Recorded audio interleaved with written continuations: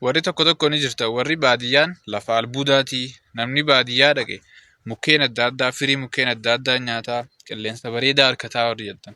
Kunoo baadiyyaan tanumaa kun amma jimaadha. Jimaan kun goggogaa takkaa waan namni irraa fayyadamu hin fakkaatu. Muka gaara keessaa fakkaata. Laa biyyee ishiitii fi kunoo mukuma goggogaa dachii mee wama takka wama nyaatamtu agarsiisa. Waan takka ta nyaatamu meela.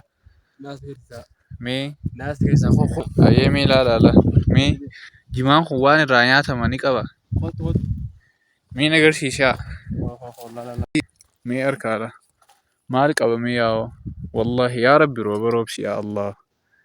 Laaltanii waa takka mukni hundi diddiimachuun kun isaa dheebuu irraa fila. Kunoo tana as qilleensa bareedaa kamtu jira. Waan nyaatamu maaltu jira. Lafti jiituun takka hin jirtu. Haa kunoo tana baadiyyaan. Mee waa takka hin agarre bakka. Wahuma nyaatamuu hin agarre. Bishaan dhugan hin jiru yoo xiqqaate bishaanii jiraachuu qaba.